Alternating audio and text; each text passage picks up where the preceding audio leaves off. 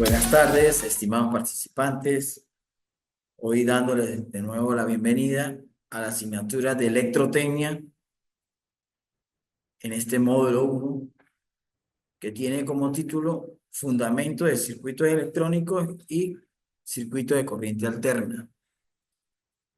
Antes de entrar con el contenido, ya ustedes deben haber visto en el aula virtual el plan de evaluación que contiene este módulo 1. Les nombraré algunos temas para recordárselos, entre los cuales están definiciones de fundamentos del circuito electrónico, parámetros de un circuito electrónico, tipos de elementos activos y pasivos de un circuito electrónico, también las características de la corriente, el voltaje, la resistencia y potencia de los circuitos en serie y paralelo. También hay alguna topología de circuitos, como están la rama, el nodo, el lazo, las conexiones, análisis de malla y las leyes de Kirchhoff. Claro está, en parte es para simplificar los circuitos o usar uno de estos métodos que sea más fácil o más rápido para la elaboración de los circuitos, para resolverlos. También la representación de voltaje y corriente, fasores, circuito de corriente alterna, impedancia compleja e impedancia equivalente, de revisión de corriente, voltaje y resistencia. Por último, tenemos ahora una breve introducción para definir qué es electrotecnia.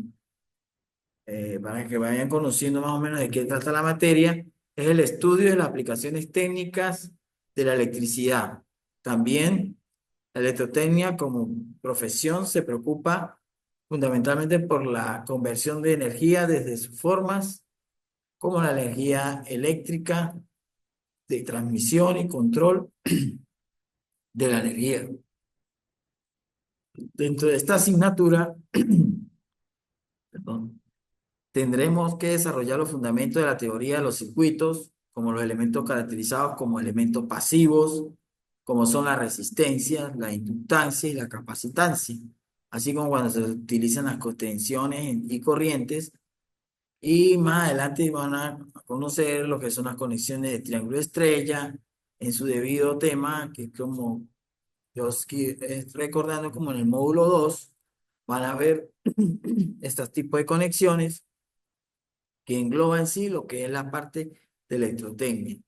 También va a haber, la electrotecnia refiere al comportamiento de los motores en corriente alterna y en corriente directa para que los circuitos de corriente alterna debamos, debemos tener un significado o lo que significa. Ejemplo, distintas conexiones que trae estos motores, como hablé anteriormente de la conexión triángulo estrella, es la conexión en un motor trifásico. Para dar un ejemplo, debería conectarse en triángulo-triángulo, que es en 220, porque ese es el voltaje nominal de conexión acá en nuestro país, Venezuela. Ya en Europa se usa el 440, conexión estrella o estrella-triángulo. También la corriente alterna no es más que la que abastece tanto la industria y también a las viviendas. Es una corriente alterna de tipo senoidal, esto lo mencioné comenzando. Por ejemplo, la corriente continua tiene siempre la misma dirección y sentido. En cambio, la corriente alterna no es más que una señal senoidal periódica, por eso esta corriente alterna es el flujo de electrones que cambia de sentido periódicamente con una frecuencia de 60 Hz dependiendo de los países. Por lo menos acá en Venezuela sí es 60 Hz y en otros países 50 Hz, que los 60 Hz nos lo entrega la empresa de Corpolé. La principal ventaja de la corriente alterna que hizo que sobresaliera sobre la corriente continua es la posibilidad de ser transportada a larga distancia con pérdidas reducidas. Esto se debe a la facilidad de la transformación de la corriente alterna de bajas y altas tensiones con transformadores estáticos de construcción sencilla para el dicho rendimiento. Para cuando tenemos alto voltaje, estos transformadores lo bajen, o cuando necesitamos transformadores elevadores, el voltaje lo puede elevar entonces con un transformador elevador. También la corriente reduciendo las pérdidas de potencia en los conductores de forma que también por allí hay pérdidas cuando hay calor. Dicha potencia, la fórmula es I cuadrado por R es la resistencia, a su vez transportada con conductores de alta tensión, que esto se vuelve a reducir a una baja tensión, como expliqué, cuando entran a la subestación, un ejemplo, ya hay transformadores que bajan estos voltajes de 440 kilovoltios o a 13,8 y allí se van a los transformadores que lo bajan a 110 por línea si es trifásico, monofásico 110 y bifásico 2 líneas de 110. Los consumidores finales pues seríamos nosotros los consumidores, las viviendas o en las industrias o en los comercios donde llegaría este tipo de voltaje. Ya comenzando con lo que son los fundamentos electrónicos y los circuitos de corriente alterna, tenemos que un circuito eléctrico, por lo tanto, en este ejemplo que les denoto aquí abajo, hay una interconexión de dos o más componentes. Acá lo vemos. Dos componentes serían el bombillo y la batería, que contiene una trayectoria cerrada. El dicho circuito, como usted observa, el conductor se viene hacia un elemento que es un apagador, un encendedor apagador y cierra el circuito con el bombillo. Puede ser resistencia, fuente, interruptores, por lo menos el interruptor es este que tenemos acá abajo, que es el elemento de control, condensadores, semiconductores o cables. Cuando el circuito incluye componente electrónico, se habla de un circuito electrónico. Tenemos ahora lo que es, para referirnos, para referirnos a los fundamentos electrónicos que tenemos allí, podemos citar el ejemplo del bombillo, como lo ven y lo observan acá abajo. Es un simple circuito que se alimenta por esa batería de 1,5 voltios que genera un voltaje. El elemento de control es el interruptor. El interruptor, a lo que lo cerramos, hace que encienda el bombillo. También este circuito es muy fácil de entender cuando es con corriente alterna, pues allí lo alimentaríamos la fase, es la que cortaría el interruptor o el apagador y el neutro iría directamente al bombillo, como ustedes observan allí. Los parámetros de un circuito electrónico son los valores que describen las características y el comportamiento de un circuito. Estos parámetros,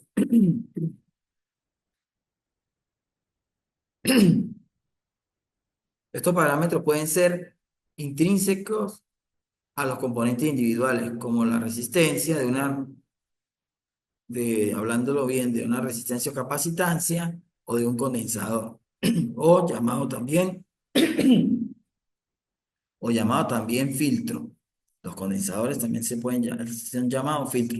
Pueden ser propiedades globales del circuito de un conjunto, como impedancia de entrada o ganancia de voltaje. Como observan acá en estos parámetros, en esta figura, tenemos la corriente, el voltaje, la conductancia, la potencia en kilovatios y la resistencia. Acá también denota el mismo circuito que os mencioné anteriormente. Cierra el interruptor y ahí entraría todos esos parámetros que ustedes están observando allí.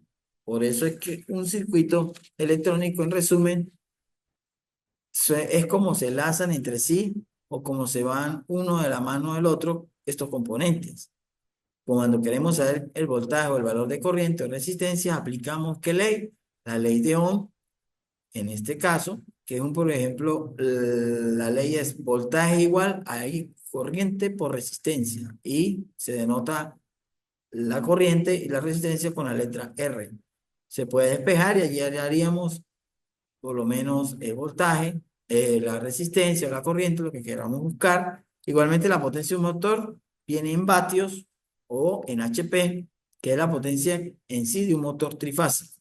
Como se llama la potencia, también la mencioné la fórmula ya, que es potencia igual a voltaje por corriente. Valor de resistencia, existe una potencia aparente, también va a existir una potencia activa, que eso más adelante será tema de módulo 2 módulo 3. Se lo estoy adelantando más o menos. ¿Por qué? Porque la electrotecnia se basa en eso, en hallar potencia, calcular la potencia aparente, la activa, la reactiva, trabajar con números complejos. También tienen que tener ustedes manejo de la calculadora de cómo hallar la forma polar, la forma binómica y trabajar con números complejos. Ya eso es matemática que es aplicada acá en electrotecnia, en los problemas o en los ejercicios o próximamente en el laboratorio de electrotecnia van a encontrarse con esos tipos de fórmulas, con esa redactancia y con esos números complejos.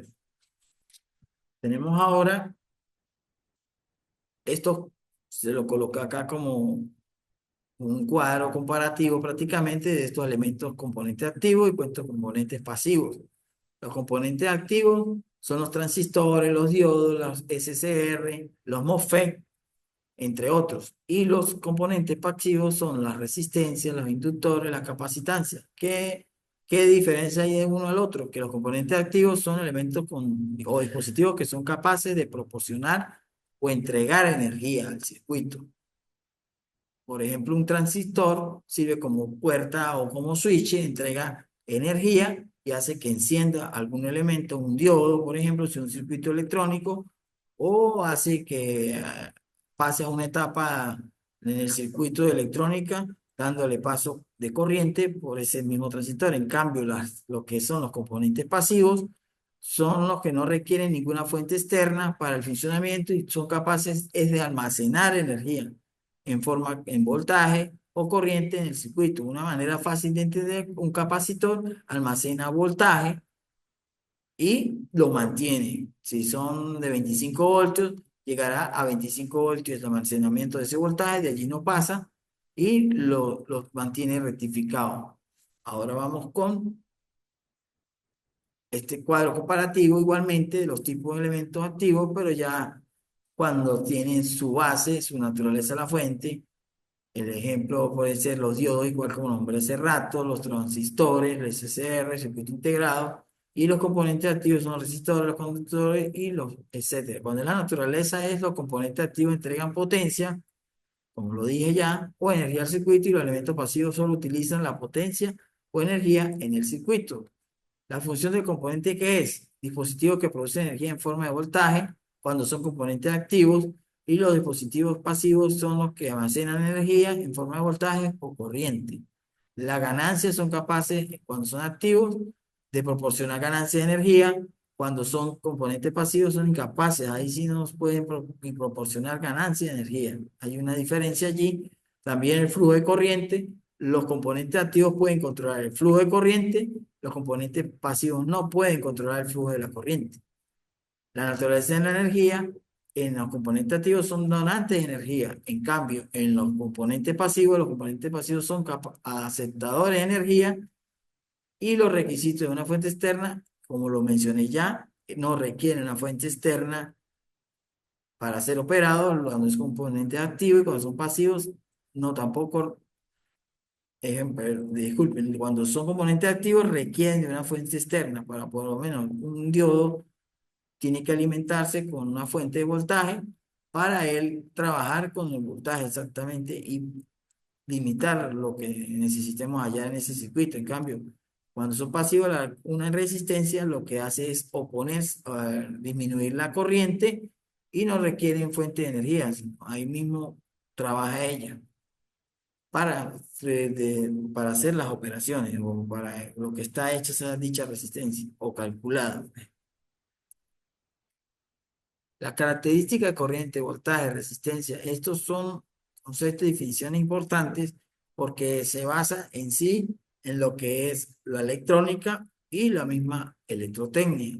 ¿Por qué? Porque la corriente eléctrica aparece tanto en electrónica, puede ser porque se trabaja en baja tensión y más que todo en DC.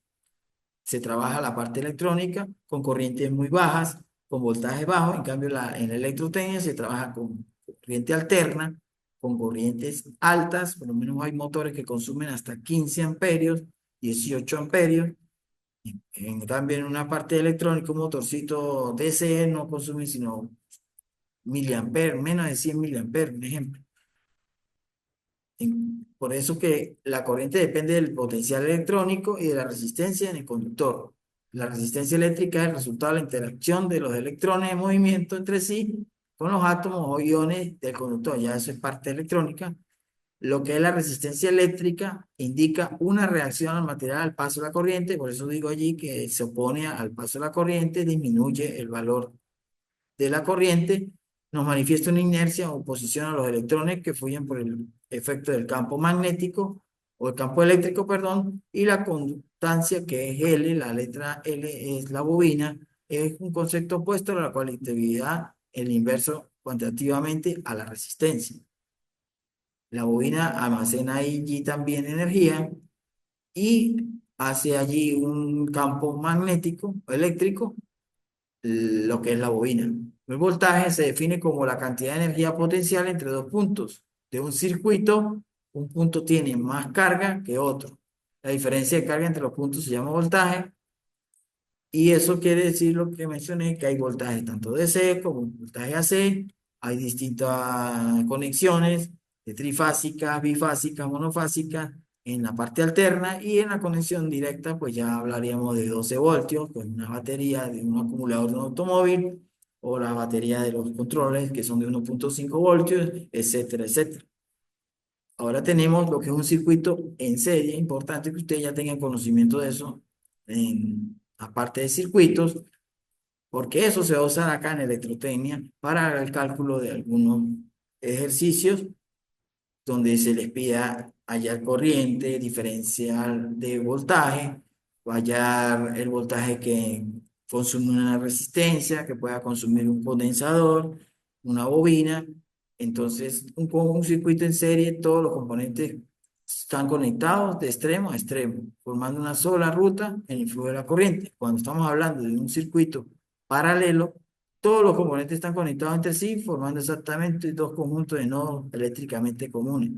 Existe el circuito serie paralelo, que es el mismo circuito mixto, y de allí es bueno tener conocimiento porque si le dan un ejercicio que tenga bastantes mallas, ¿qué quiere decir malla? Bastantes conexiones, 5 o 6 resistencias conectadas entre paralelo y serie, se va disminuyendo ese circuito hasta encontrar la mínima expresión y así hallar lo que es la corriente y el voltaje más fácilmente.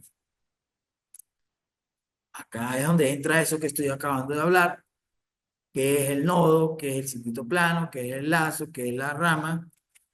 Por lo menos en la ingeniería eléctrica o electrónica, en la parte de un nodo, es un punto donde dos o más elementos o ramas de un circuito cerrado tienen una conexión común, corresponde a una unión de alambres hechos de material de conductor que poseen resistencia eléctrica cercana a cero.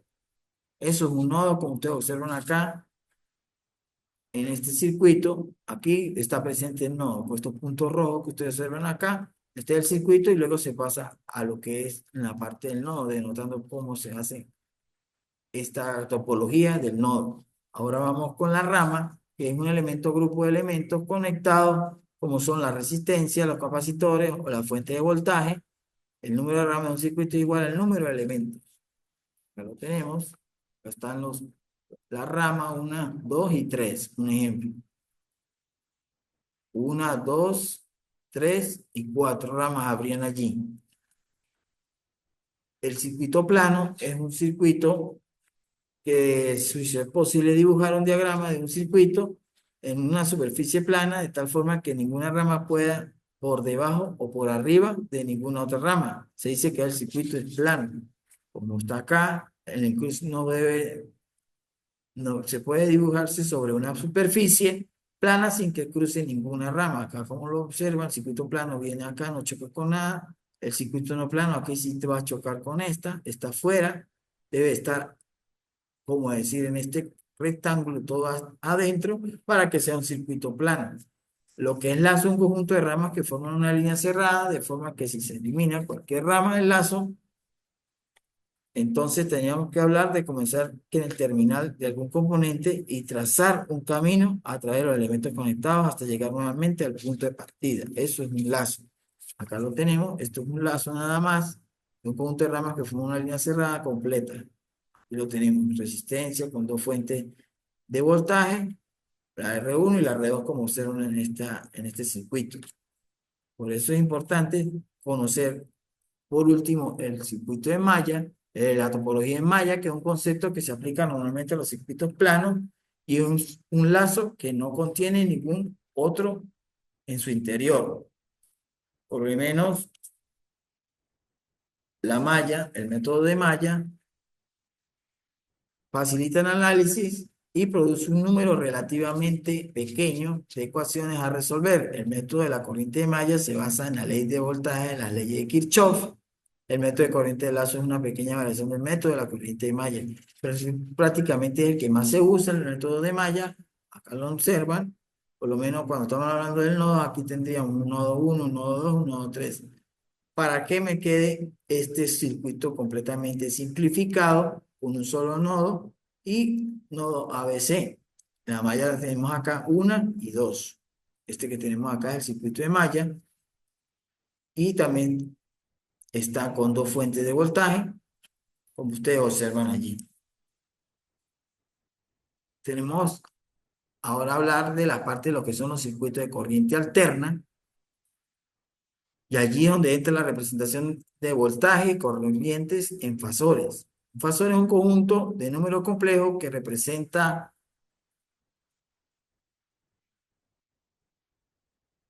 la magnitud y la fase de una senoide.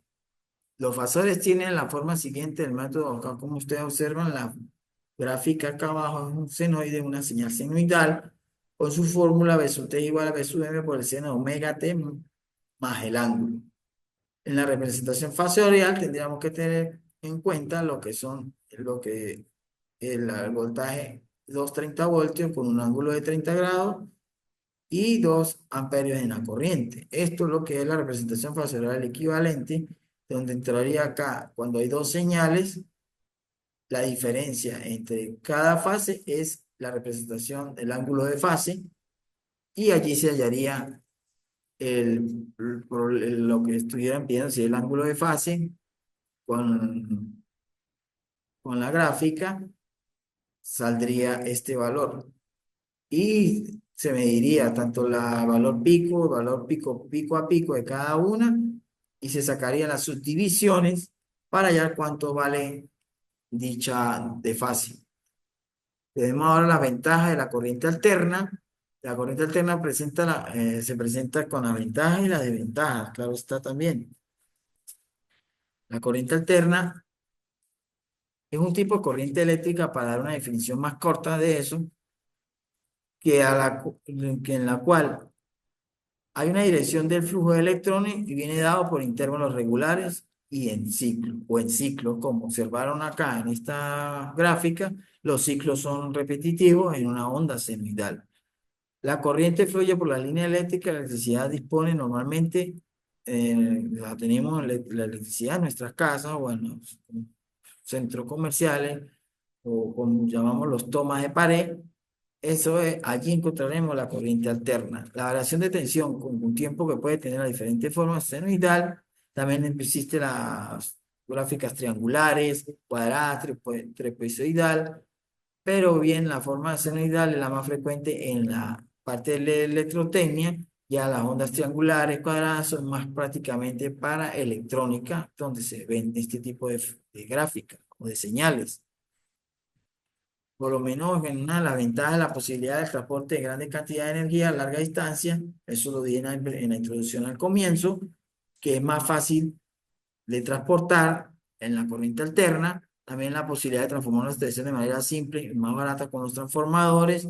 La posibilidad de motores muy simples, como el motor de inducción asíncrono o de rotor de circuito, cortocircuito, que son los motores bifásicos, los motores trifásicos y monofásicos también existe, que tienen un condensador de arranque, tanto el monofásico como el bifásico, para arrancar el motor. Ya el trifásico, con sus tres fases, no necesita de un condensador de arranque. La desaparición y minimización de algunos fenómenos eléctricos indeseables, como la magnetización de máquinas, polarización y corrosión electrolítica en los pares metálicos. Esa es una de las ventajas de la corriente alterna. Los circuitos de corriente alterna, como observan la señal, ahí es periódica, aquí se está repitiendo, es repetitiva, ya va y viene, va y viene. Por eso es que el voltaje nunca, si ustedes lo toman la lectura con un la pinza perimétrica o tester en la parte de voltaje alterno, notarán que nunca se va a mantener los 110, los 115, va a variar entre 110, 115, 113, 120, 125, porque no hay una equilibración de cargas completamente perfecta en Corpolé. Siempre hay un desbalance en las cargas. Los circuitos de corriente alterna, para hablar más sobre ellos, son los parámetros que pueden ser intrínsecos o componentes individuales como la resistencia, juega la resistencia, o la capacitancia también, y el condensador. Pueden tener propiedades globales en el circuito y su conjunto como la impedancia de entrada y la ganancia de voltaje. Acá lo observan, el circuito RLC acá abajo, una resistencia, una bobina que es en forma ondulada y un condensador que este es el símbolo del condensador. La resistencia y la bobina, como observan, o sea, su símbolo al lado y su topología. Además, deben tener en cuenta las siguientes condiciones. Todas las fuentes pueden ser senoidales. También entra la parte de los fenómenos transitorios que se producen en la conexión del circuito. También los componentes del circuito deben ser lineales para trabajar en régimen tal que puedan considerarse como lineales. Los circuitos como los diodos están excluidos. De resultado, los inductores, el núcleo, como observan en este circuito RLC, entra el triángulo de potencia. El triángulo, acá tenemos voltaje, voltaje en la resistencia, voltaje en la bobina, voltaje en el condensador, el ángulo y la corriente. Tenemos ahora que en este ciclo de repetición que ustedes observan acá, van a ver los 60 Hz que nos entrega el cuerpo LED. Tenemos ahora este cuadro acá comparativo y lo que son las definiciones de corriente, voltaje y resistencia. ¿Por qué hago énfasis en esta parte del cuadro comparativo? Porque está la parte de la impedancia compleja y la impedancia equivalente. Esa parte ustedes tienen que empezarla a manejar. ¿Por qué? Porque ya en el laboratorio van a utilizar mucho esta parte, lo que es impedancias, para la resolución de los circuitos.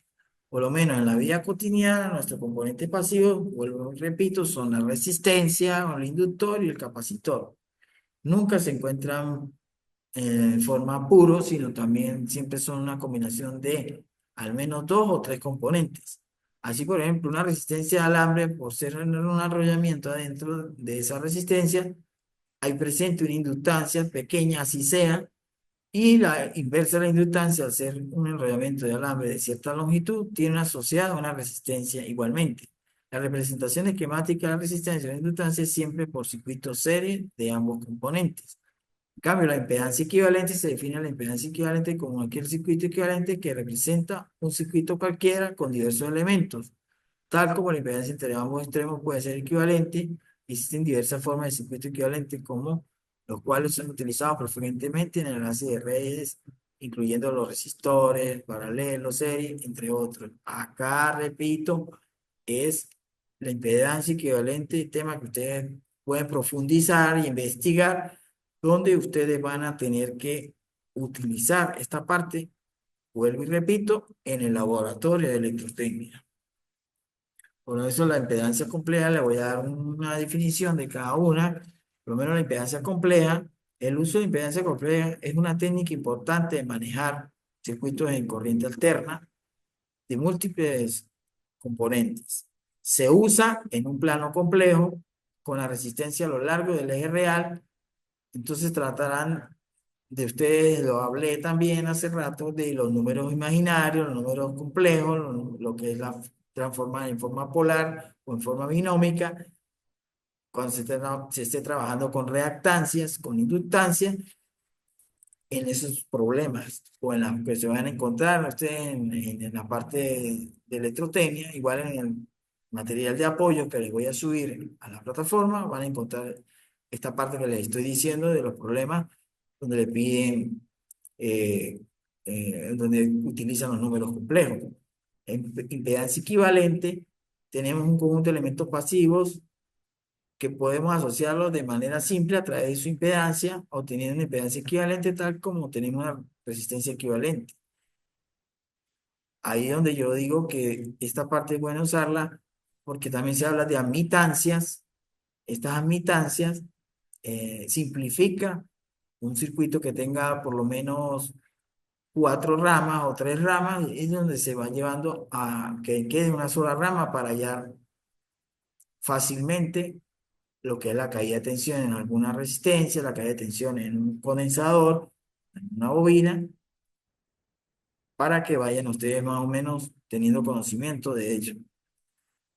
Para calcular la impedancia equivalente de un circuito, obtener la impedancia de cada elemento, también es un número complejo, luego realizar las asociaciones en serie y paralelo, tal como si fueran resistencias, y realizando operaciones matemáticas con los correspondientes números complejos que ustedes deben manejar.